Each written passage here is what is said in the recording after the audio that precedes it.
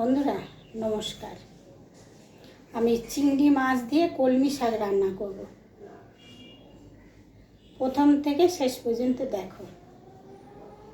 চিংড়ি মাছ দিয়ে কলমি শাক রান্না। এই যে গ্যাসটা ধরাচ্ছি, কড়াই বসিয়ে দিয়েছি।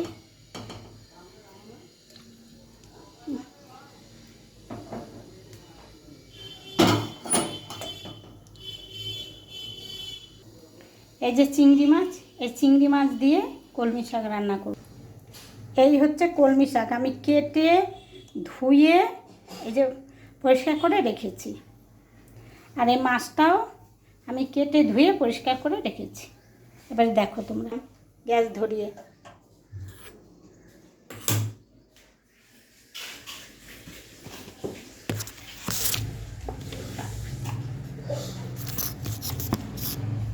যা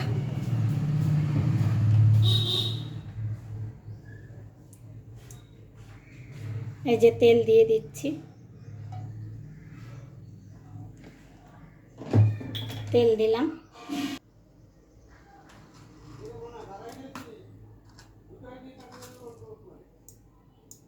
এই যে সাদা জিরে,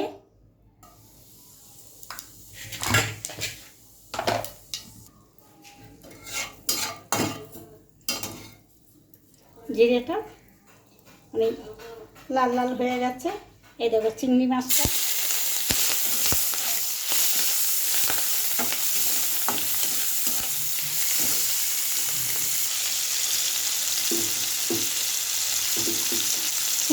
হালকা ভাজা হয়েছে। এই যে একটু হলুদ দিয়ে দিলাম।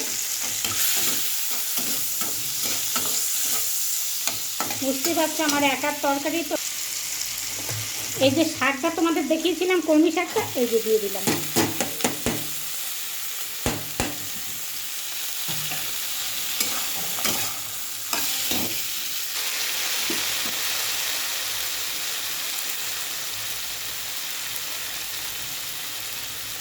শাক একদম অল্প তো, এই যে নুন আন্দাজ করে একটু দেবো।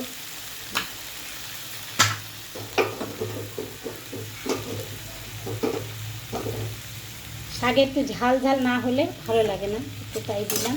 একটু ঝাল মতনে, তোমরা যেমন খাবে তোমরা সেরকম দেবে।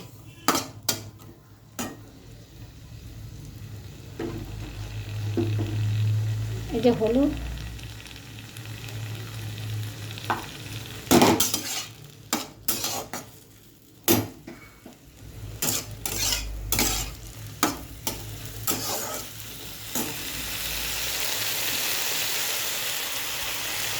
জল দিয়ে দিলাম। এবার একটু সেদ্ধ হবে শাকটা।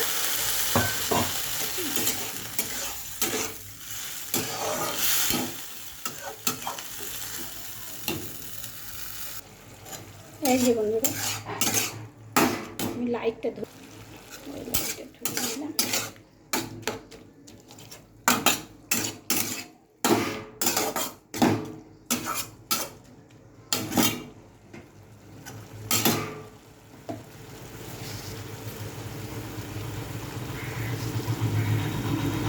একটু চিনি দিলাম, তোমরা খেলে দেবে, না খেলে দেবে না।